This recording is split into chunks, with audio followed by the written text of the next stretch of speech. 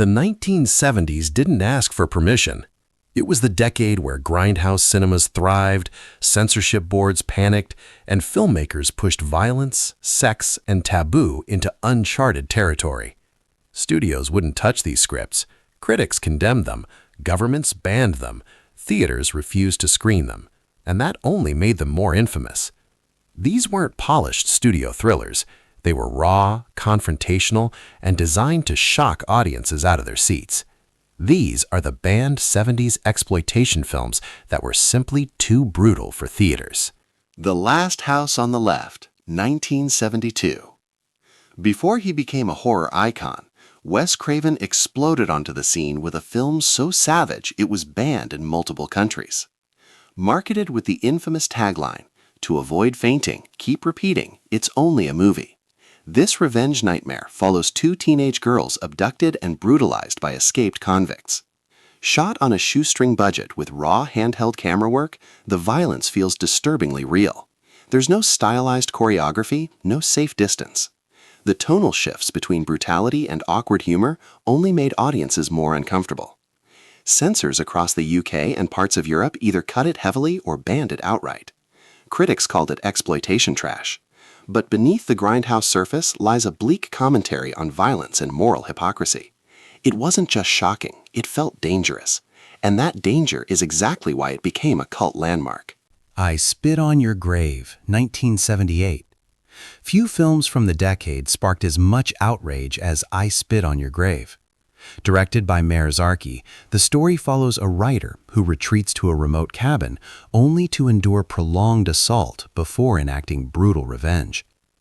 The assault sequences were so graphic and unflinching that many countries banned the film entirely. Critics accused it of misogyny. Feminist groups protested screenings.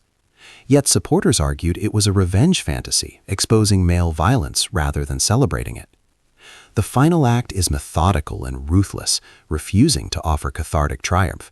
It's ugly, confrontational, and intentionally uncomfortable. Unlike polished Hollywood thrillers, this film never sanitizes what it depicts. That uncompromising approach made it toxic to distributors in the late 70s and legendary in underground cinema circles for decades afterward. Cannibal Holocaust, 1980. Though technically released at the edge of the decade, Cannibal Holocaust embodies the peak of 70s exploitation excess. Directed by Ruggero Deodato, the film was so realistic that Deodato was arrested and charged with obscenity, and initially even suspected of making a snuff film. The found footage structure follows a documentary crew disappearing in the Amazon, with recovered footage revealing shocking acts of violence. Real animal killings and disturbingly convincing gore led to bans in over 50 countries. It was confiscated, censored, and vilified. Yet its meta-commentary on media sensationalism and exploitation was ahead of its time. Decades later, it's recognized as a precursor to modern found-footage horror.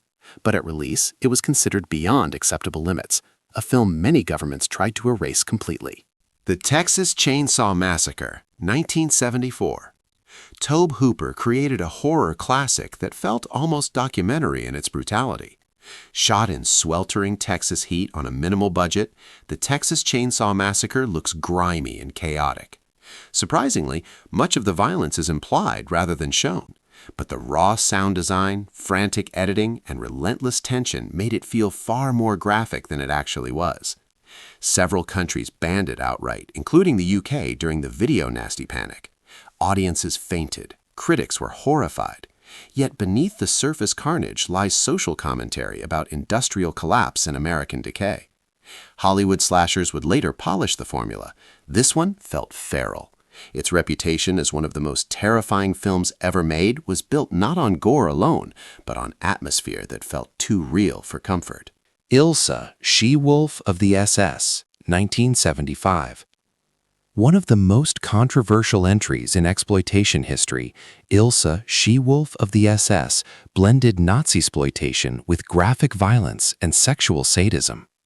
Directed by Don Edmonds, the film starred Diane Thorne as a cruel camp commandant conducting inhumane experiments.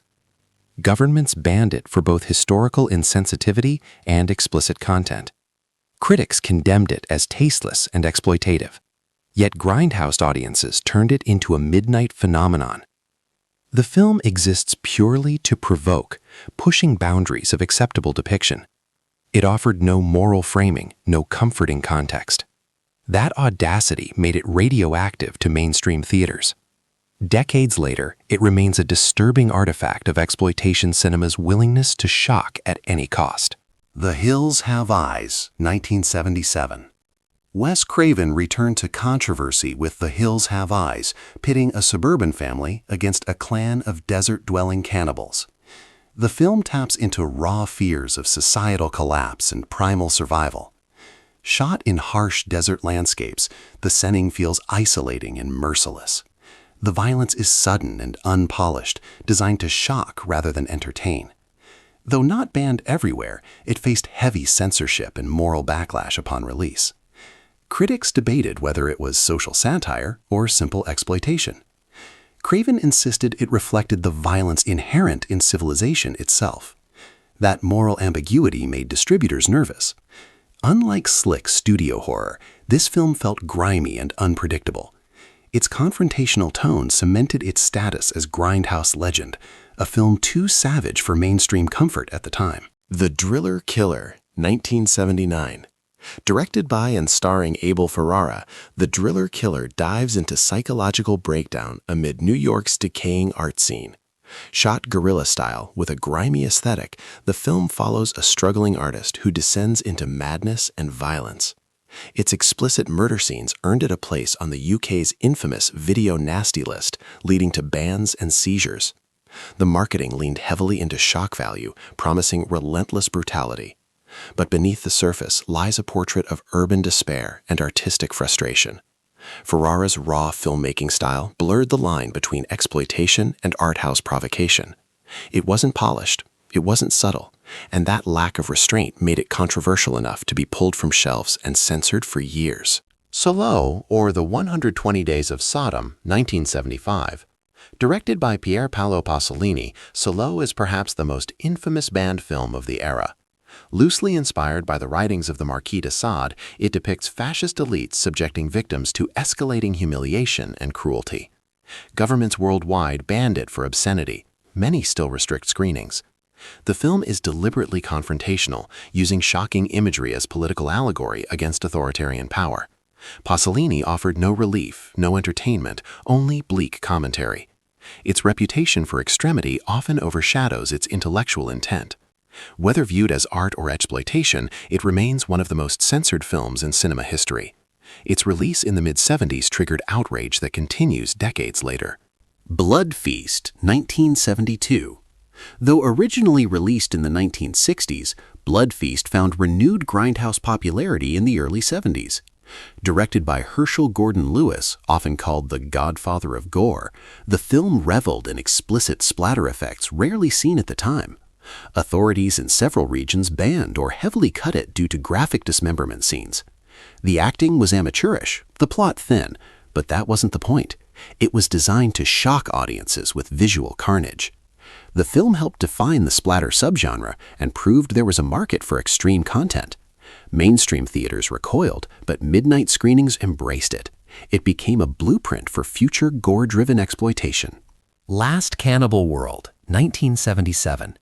Directed by Ruggero Deodato before Cannibal Holocaust, Last Cannibal World blended jungle adventure with shocking brutality. The film's depiction of violence and real animal killings led to bans and protests. Marketed as realistic survival horror, it walked a thin line between fiction and exploitation. Critics dismissed it as sensationalist. Authorities targeted it for censorship. Yet its raw style and immersive setting laid groundwork for future found footage and survival horror trends. At the time, it was considered excessive and morally questionable. Today, it remains a controversial cult entry that embodies the extreme edge of 1970s exploitation cinema. The 1970s didn't just test boundaries, they shattered them. These films weren't safe, polished, or widely accepted. They were confrontational, messy, and often deeply disturbing. Banned, censored, condemned, and impossible to ignore. Sometimes the most shocking films are the ones history tried to bury.